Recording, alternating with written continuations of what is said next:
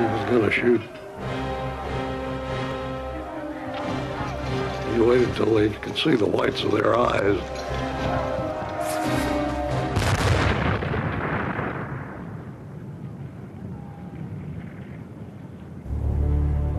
The enemy attacked us, Bonaparte wrote his brother.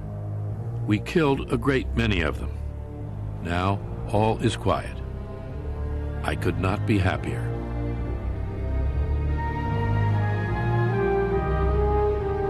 Three weeks later, he was made a full general, commander of the Army of the Interior. He was 26.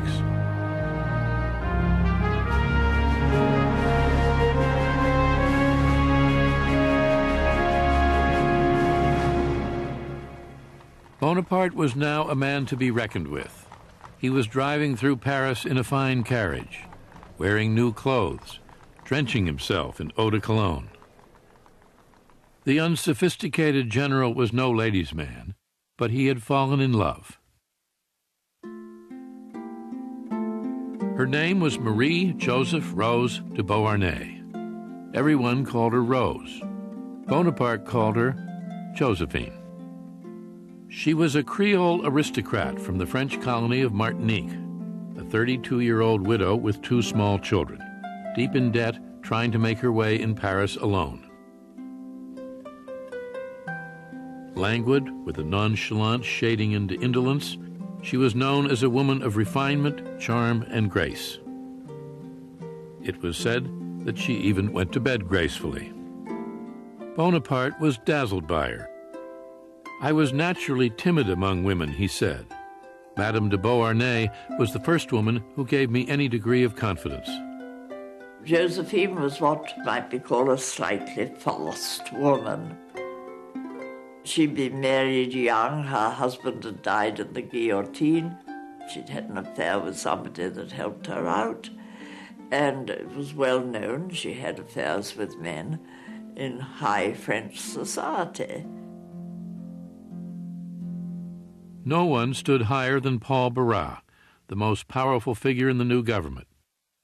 Josephine was his mistress, a woman of influence in the most fashionable salons in Paris. Bonaparte saw her in a world of power. She was at the center of society. She had all these connections. She was very much someone who could be useful to him. And then I think he just fell madly in love with her. Josephine lived in a little cottage set in a pleasant garden. Some said it was Barras who paid the rent. But Barras was growing tired of her. Now Bonaparte visited her there. Josephine seemed amused by her new lover. Although she knew how to please him, she did not return his passion. When Bonaparte proposed marriage, she hesitated. She wasn't attracted to him at all. In fact, she told a friend later that for a long time, she had to overcome a feeling of repugnance. He was so serious and he had no sense of humor. He was skinny. His hair was kind of hanging and he was unkempt. But she knows her beauty is vanishing. Already her teeth are bad, she's getting wrinkles.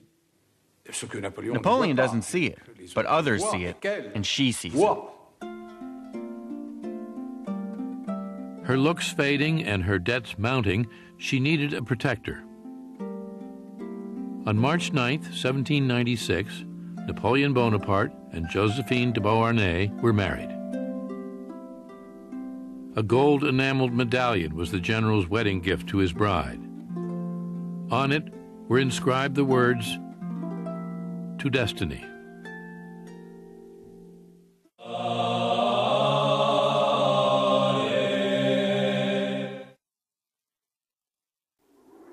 Bonaparte was sent to the Italian Alps. Josephine's former lover, Paul Barras, had helped win him an appointment as supreme commander of all French forces in Italy. His assignment was to challenge the Empire of Austria and their Italian allies. He had never commanded an army before. Young and untested, no one expected very much from him, especially his own generals.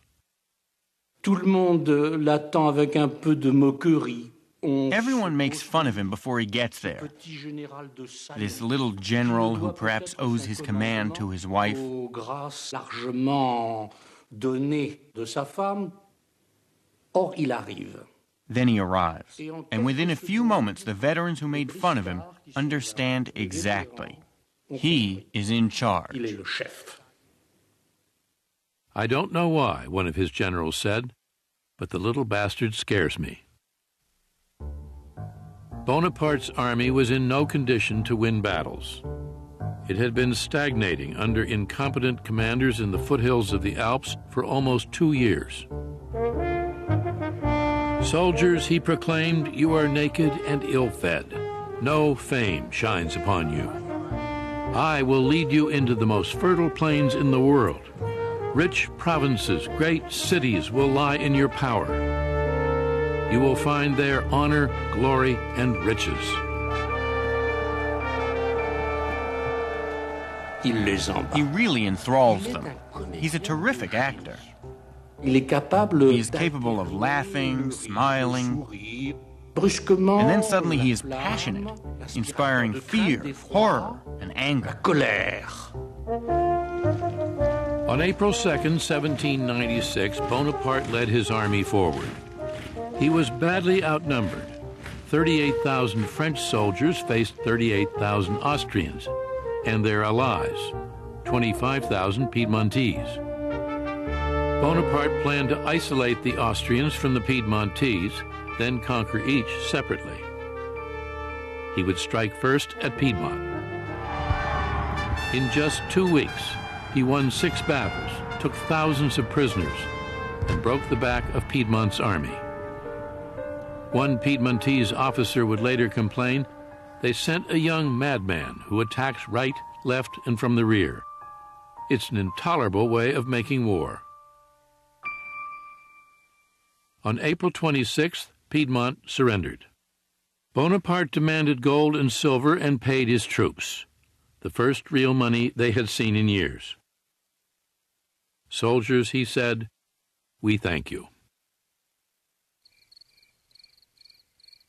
While Bonaparte led his soldiers into battle, he never stopped thinking of Josephine, writing her letter after letter, day after day.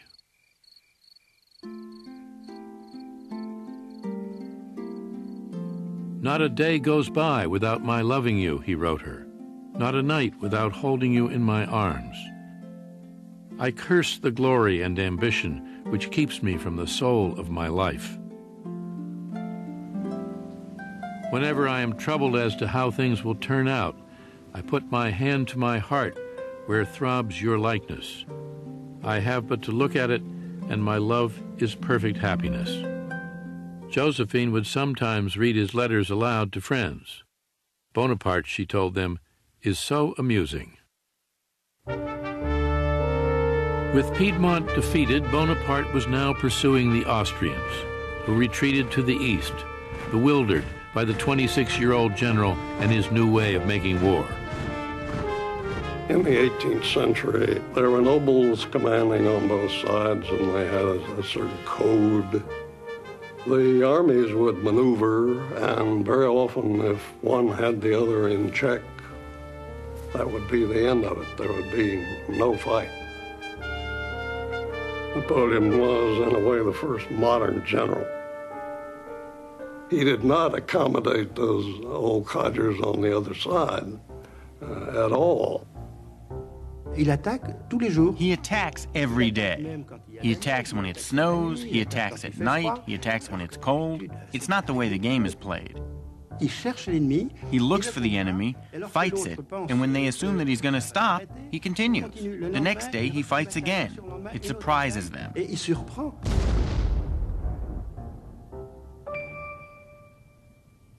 As the Austrians fled, their rear guard hoped to slow Bonaparte down by making a stand at the little Italian town of Lodi.